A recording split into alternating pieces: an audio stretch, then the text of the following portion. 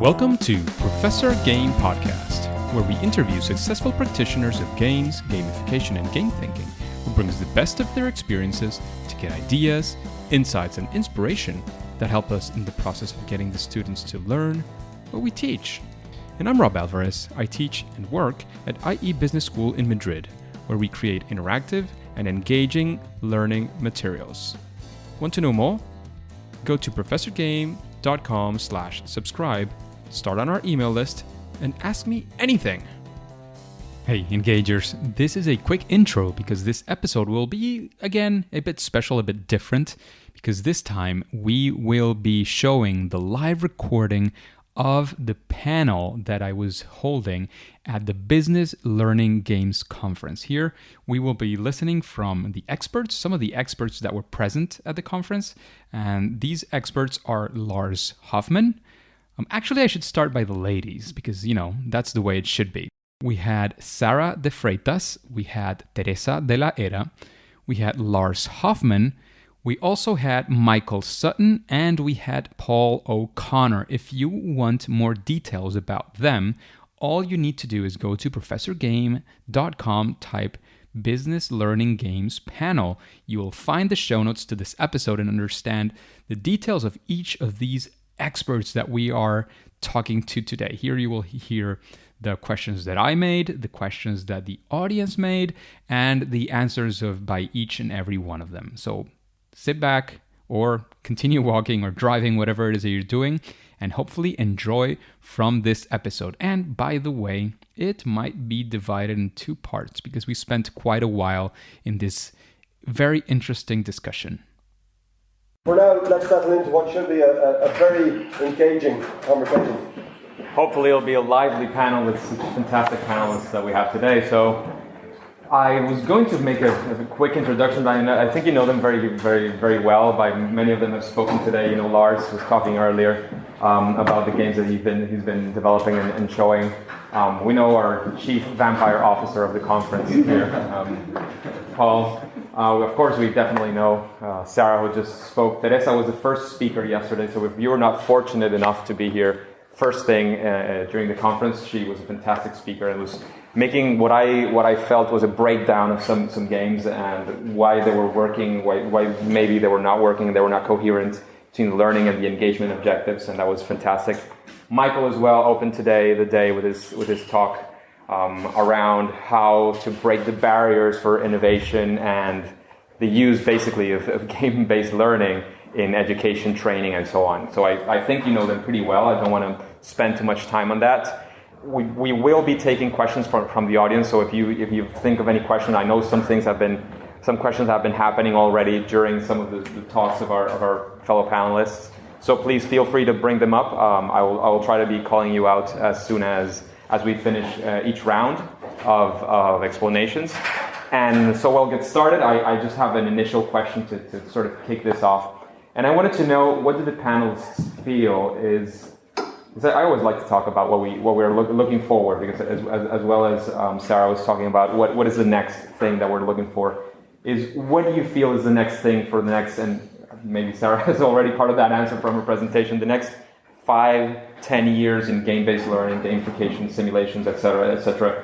What do you think is coming up in the next years, or what should we be pushing towards in these next years to come? So I'll leave you the ladies first, definitely. So Sarah, if you want to start, you were just speaking. Maybe Teresa, who was first yesterday. So okay, I know that there will be different perspectives to answer this question, and because I'm a researcher, and a qualitative researcher, I think that my responsibility is to explain or to think a little bit about what should happen with research in relation to this field.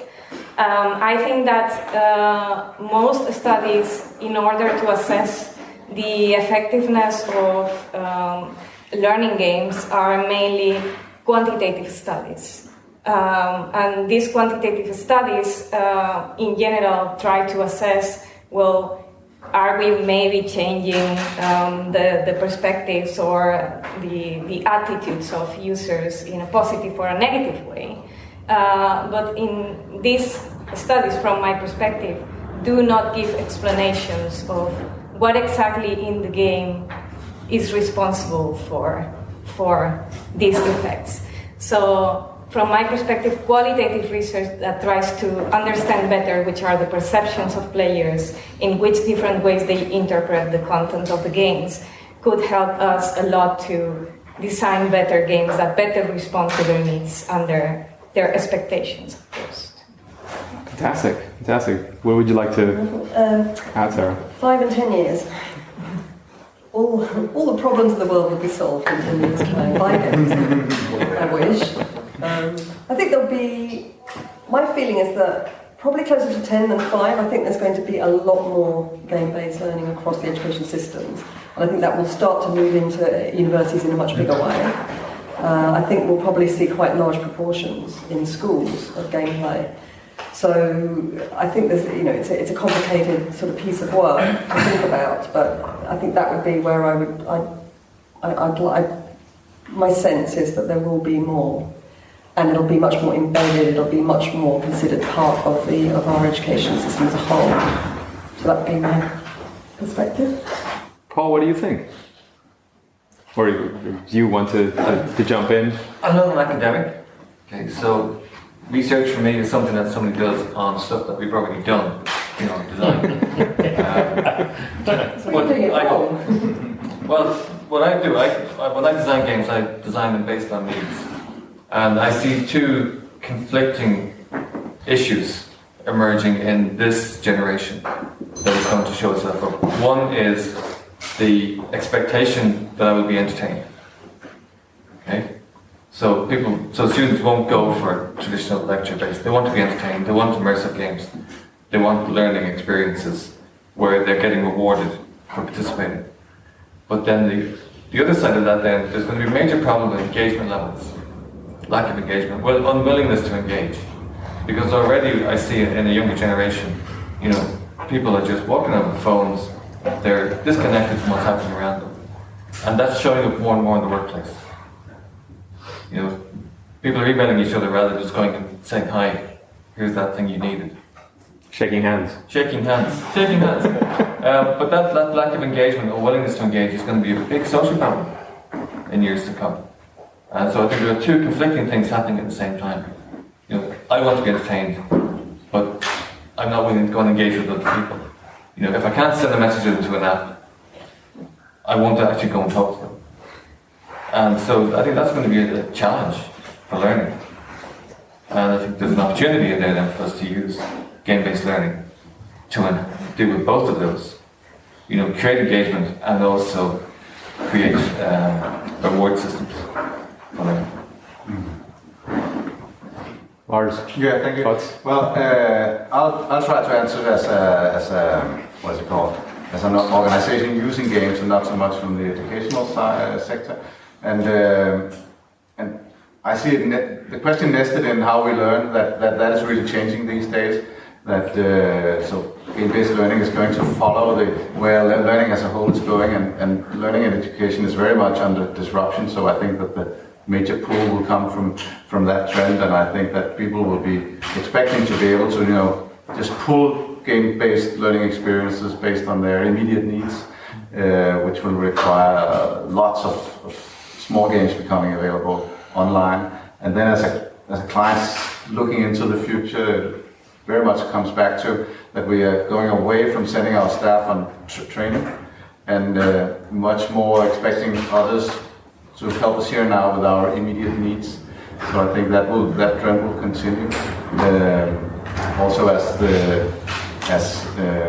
companies are becoming smaller, there'll be more small and medium companies.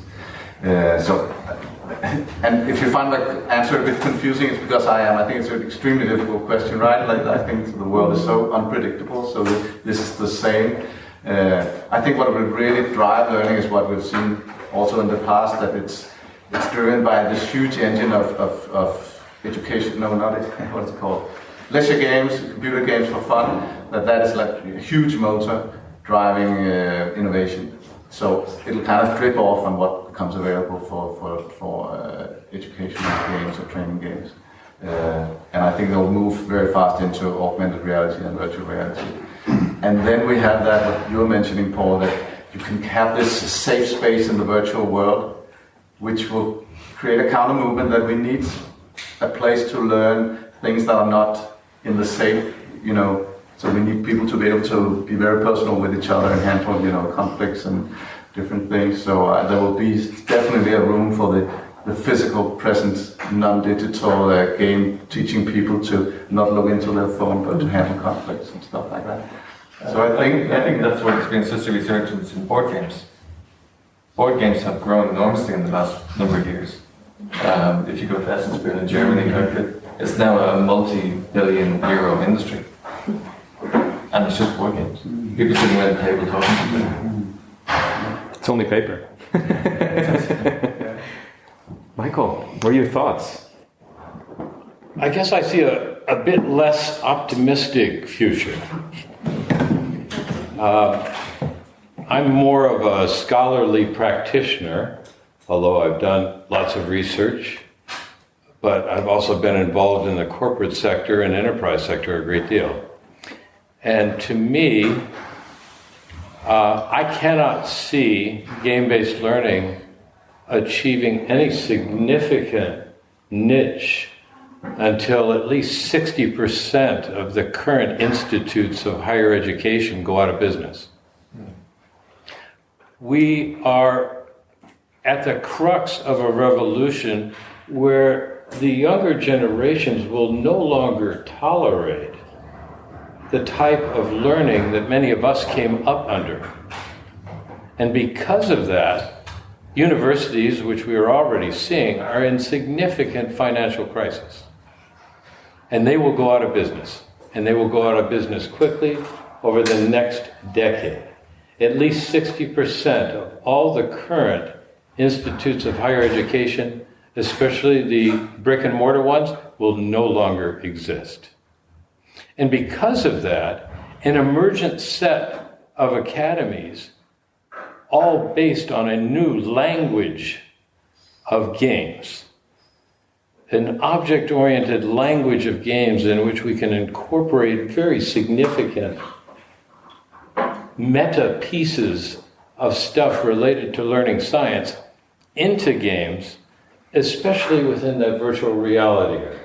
And to me, that will mean an explosion of coaching and mentoring by human beings. Because as Paul described, we have a very significant disconnect. In the medieval period, when we had apprenticeships, you had a master, and the master created games for the apprentices to learn. That was how learning took place.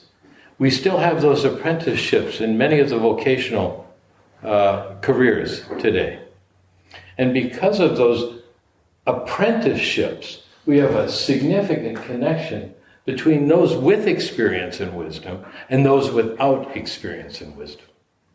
And so with the downfall of significant institutes of higher education, the emergence of new academies, those academies will incorporate significant game-based learning elements, but will grow immensely in the capability to face-to-face build relationships based on individuals mentoring and coaching the new learners. Very interesting, thought-provoking at least. I think there was a certain consensus in things. There was a little bit of disagreement as well. Are we allowed to answer to each other? I was the first one, so I had the possibility to... Yeah, like if you have anything quick in which to talk about, because we were very interested in this, but I'm sure the audience as well has other questions and we have other things. But please, I just only have a remark because you said to me, right? That researchers, we do analyze what you are designing. But the fact is that when you are designing one game, we are analyzing thousands, right? Mm-hmm. And there is something that I encounter a lot, is this feeling that if we design a game, we are going to engage players directly, no matter what, no matter the content. And I think the fact that we are saying now students are really distracted because they are using technologies. Yes, but I remember myself being a student, not having the technologies, but not being focused at all on what the teacher is saying, right? The difference is now is that we can blame teachers technology. And we see them doing something, but it doesn't mean that. So from my perspective, it's about engagement, but if we are not being able to engage the students because they are not interested in learning what we are offering, games are not going to change that. So it's not only about rewarding systems, but about using gaming techniques to engage students in what we are trying to do. So that is mine. Just not as any comment to introduce, but just a reminder. I mean, of course, there are great games in education and non-education, and there's terrible games as well. So the fact that you have a game or you don't have a game doesn't mean it's going to be engaging or disengaging. It has to be a good game. There has to be sound research, game design, and so on. So I completely have to agree with that. You want to jump in as well, Sarah? I mean, I could just let it go past, but I think maybe just to sort of talk to the point that George was talking about, which was Michael. Sorry, Michael. He wasn't going to get away with it, was he? No, that wasn't it. But I do find it quite difficult to believe that all the universities will be gone in 5 years' time. It doesn't resonate that well with me. I mean, I understand what you're saying, and I think the role of mentors will change, and I completely agree with that point.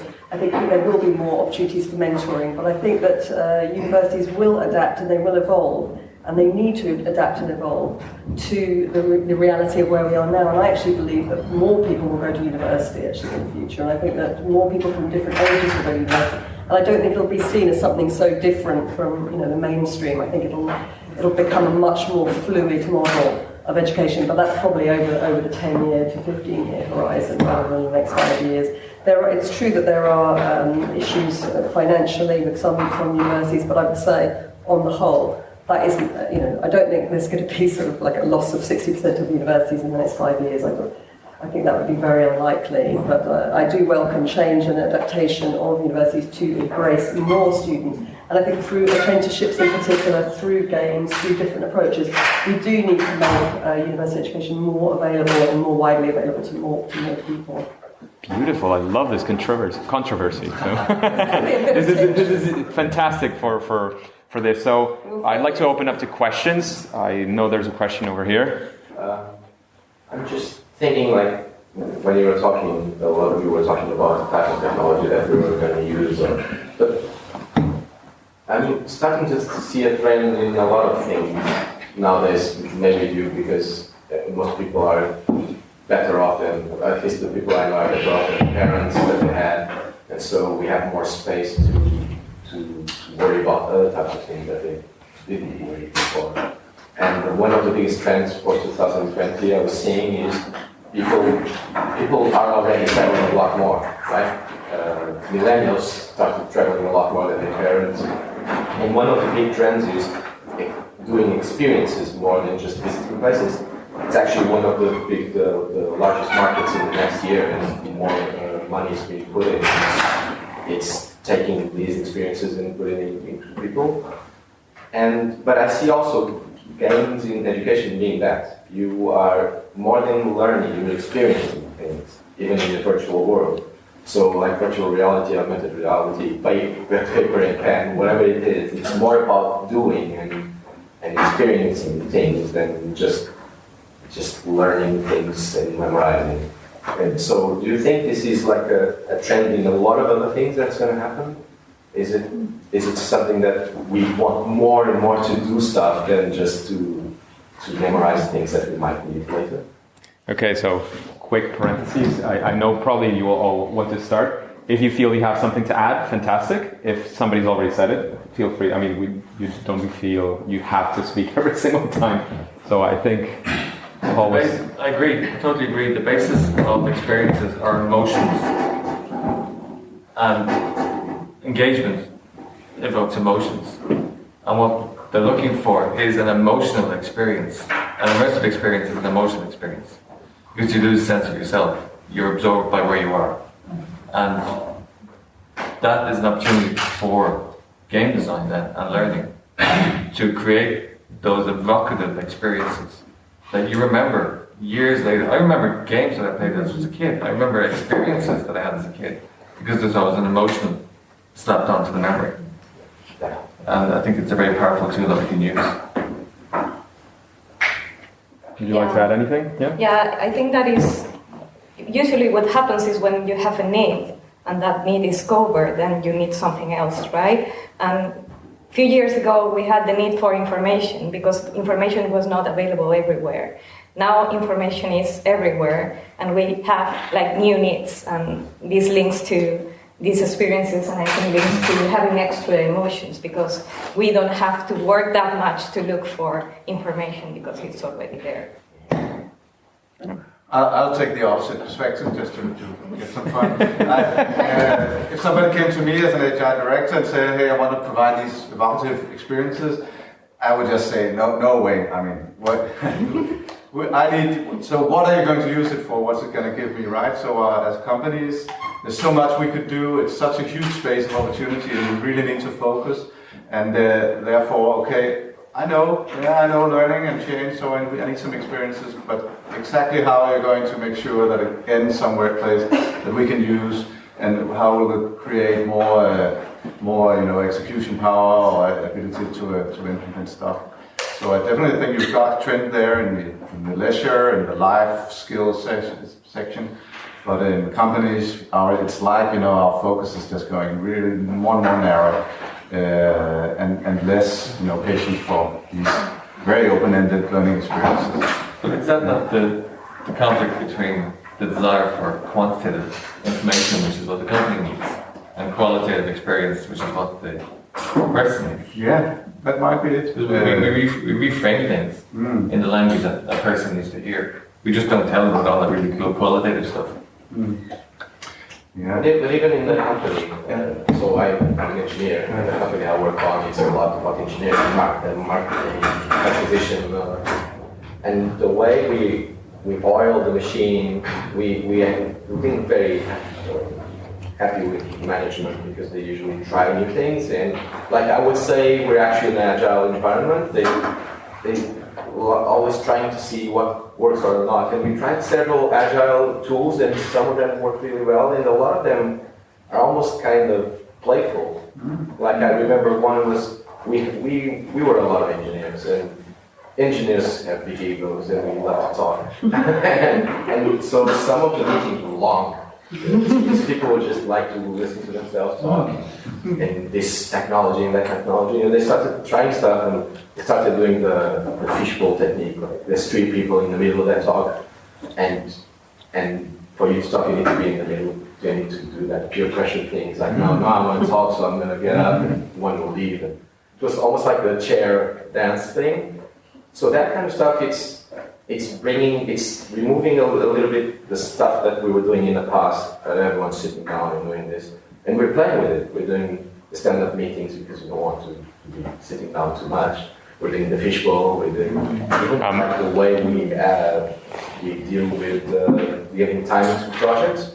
They experimented with a lot of things, and a lot of them were like everyone on the table with tickets, doing things. And so that's why I'm saying, like, I think we're moving a lot into a hands-on thing, and then personally I'm learning a lot more about that kind of approach, and I'm seeing that approach being happening in a lot of other things in life. That's why I think there might be a connection.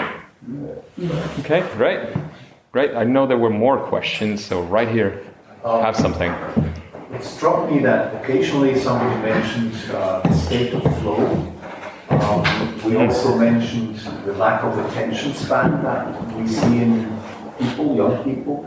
And then on the other hand, we know from the leisure games that there is now a medical diagnosis of being addicted to games. So on that scale of, say, losing attention span, and on the other hand, being very capable in terms of creating addicts, how can that ability to create an addiction be transferred in a positive way, maybe through a game-like experience, into turning people into a state of flow-like capability where you could say, okay, once they're in that flow state, they can absorb, they can learn, they can do fantastic things. So do you see a chance of utilizing games to create like that flow state through an addictive mechanism, maybe learned from leisure games, but then applied in a more beneficial way to, say, unlimited learning capacity? Okay. It's like a combination of, can one utilize what is known to make it addictive, but for a positive end? So if I'm understanding correctly, your question is how can we use maybe the ideas of flow to get people into that state of flow and almost unlimited capacity towards learning. Right, and utilize what the leisure games do with young people. They create addictive. So learning from games what they do great, as game designers do great. Instead of whatever. Instead of leisure and so on. Games to create addiction, to create a willingness to learn. Yes. For different skill sets. Yes. So okay, Paul seems to want to go first. The only one? So, yeah. So there's a story that a goldfish doesn't know what water is because it doesn't know what it's like not to be in water. So it doesn't know the difference. So that will happen when we reach a stage where the students don't know the difference between games and not playing games, where it's so embedded into the learning process that it's just all part of the same thing. But we're not there yet. We're a long way from that, because once we make a distinction between didactic classroom-based learning and playing games, there's a chasm between the two of those. And until the two of those merge to the point where you can't see the difference. So is that difference going to... I think it goes to what Michael was saying. The next 10 years? It goes to what Michael was saying, that, you know, it might be worrying, the thought that universities might start to disappear. But what's going to happen is the universities are going to transform, because the business demands are going to be for immersive, engaged, embedded learning practices. And they will become new business models for universities. I think it's already going. Yeah. It's already going that way. Yeah. You know, there's already quite a lot more gamification now, even in universities. You know, we're quite slow to take these things up, but I think it's already sort of happening in that space. There is a university in Denmark, I believe. We spoke about it last year, where the students, I think they're basically playing Dungeons and Dragons for the entire year. They take on a role, they take on an avatar, and they learn to play at third level through the entire year. And all of the learning experience are based around a fantasy theme model. And they immerse themselves in that world, and they become part of that world, and they don't know the difference. And they're learning and they're self-learning in that same process. I do have a follow-up to this, because we're talking about flow, which I think is a very interesting topic, and it's very inspirational for game-based learning, gamification, and all these things. My question is, do you feel flow is in and of itself an objective in using game-based learning, gamification, and these strategies? Hey, Engagers, I have to hit the pause button here and leave the rest of this for next week. And I know it's absolutely fantastic to have you here. So if you want to listen to the rest of this panel, please subscribe through the podcasting app and listen to the next episode of Professor Game. Before you move on and you go into your next episode, you know, I'm already using Instagram quite a bit. I'm into the stories, I'm connecting to content, I'm showing you previous episodes as well. So I would really like to connect with you there. My username, just like on Twitter, it is Rob Alvarez B. So please connect with me. And again, if you're curious about what's going to happen next and what about flow, all you have to do is go to professorgame.com or to your favorite podcast app, subscribe, and listen to the next episode of Professor Game. See you there.